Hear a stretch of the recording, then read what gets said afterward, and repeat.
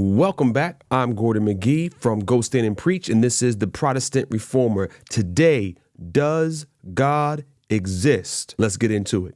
So as you may have noticed, I've been on a little bit of a series or kick discussing some of the top Googled questions in regards to God, faith, religion, etc. I think this is like number 3, most sought out question via Google. And the question is, does God exist? Good question. I have to make a little bit of an assumption here that when people say God, that I understand what they mean. So let me give you the definition that I have put together as I think I understand what a person means when they say God. A noun, obviously, the supreme, eternal, infinite, spirit being who is the creator and the sovereign ruler over the universe and source of all moral authority, the Most High. That is what I understand people to mean when they say God, the only God. Does he exist? So what we're going to try to do, I think as all we really can do as human beings on this third rock from the sun. So we will be looking at all the available data, information, facts that we can gather from our natural world, indicating whether the proposition that there is a God is valid. I think that's all we have. I don't know where else we could go except right to our natural world to try to see if there's any clues, any indicators for us to answer this question. That being said, I would like to start to make the case for the creator by first drawing your attention to the 7 wonders of the world, of the ancient world, I should say. These 7 notable structures that we find present during the classical period of antiquity, and Great Pyramid of Giza, the Hagen Gardens of Babylon, the statue of Zeus at Olympia, and it goes on.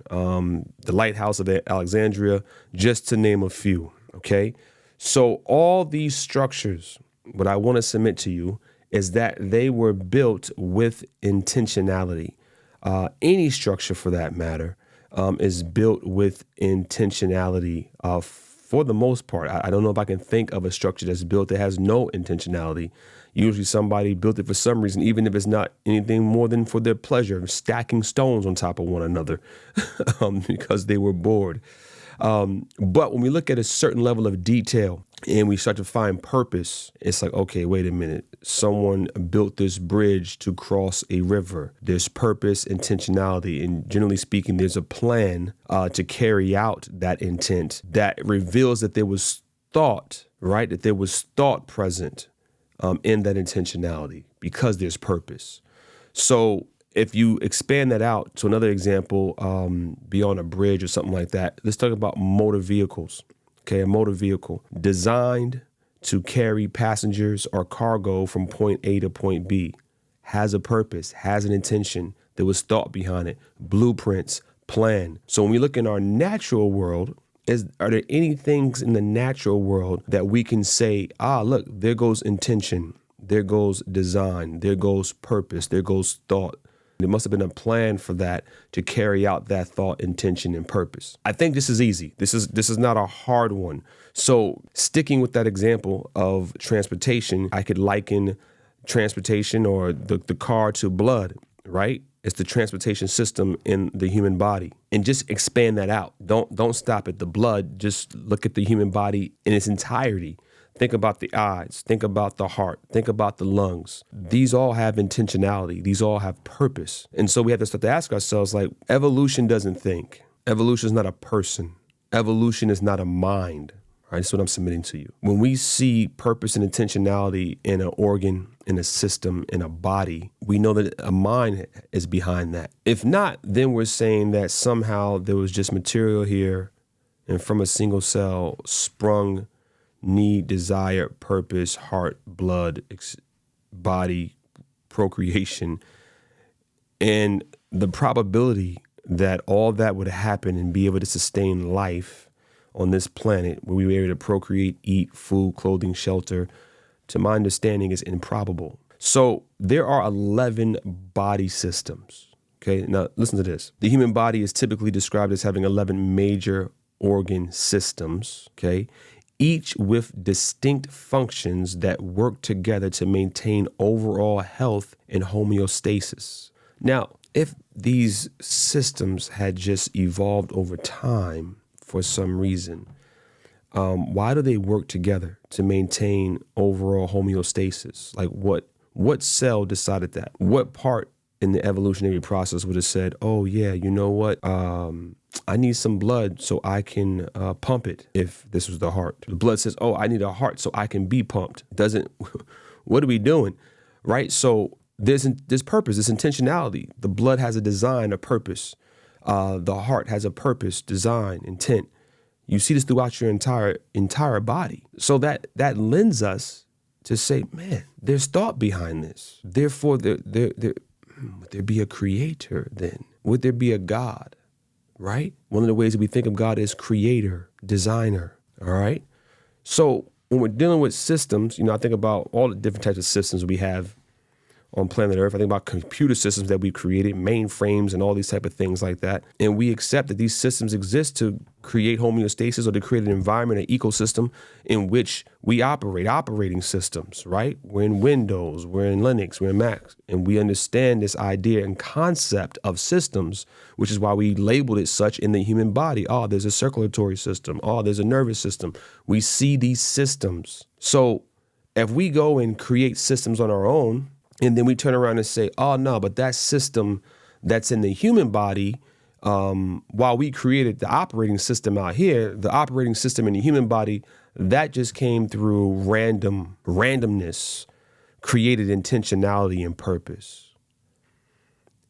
Like a mind did not create the internal systems of the human body, but a mind was used to create the operating systems outside the human body that human beings. It's just, this is not honest. Like a, you know what I mean? Like a creator of anything would be able to recognize when they see creation in something else. If I'm a contractor and I build houses, I would expect a builder to be able to recognize other buildings. I've had these discussions with builders before, and they can almost peer into maybe some of the thought processes of the former builder on another project just by looking at their work.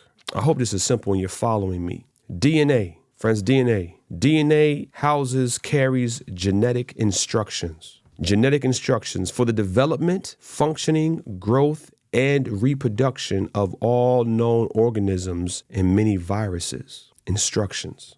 Interesting choice of words. Let's do something simple. IKEA. You've purchased some furniture from IKEA and it comes with instructions. Those instructions would not exist unless there was already a thought, a plan in place for the structure that you're building. In other words, someone said, man, I need a table to eat on.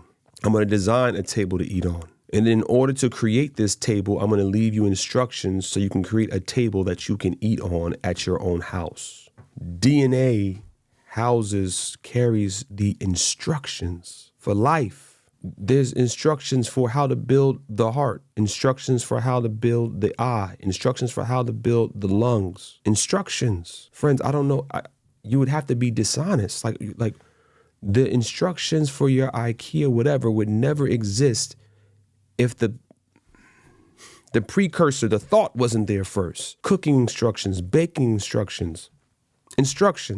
Here's how you make pancakes. Here's how you thought, mind, purpose, intentionality. This is the case for the creator that I'm giving you right in your observable world as you look around. And I would say, look into that mirror, peer into the mirror and begin to analyze and think about, man, have I ever seen a painting that I thought was not painted by a painter? Never. When there's a certain level of detail and purpose, and I want to say communication also, when I think about art, speaking about paintings and art, works of art, it's like, well, I want to communicate some emotion.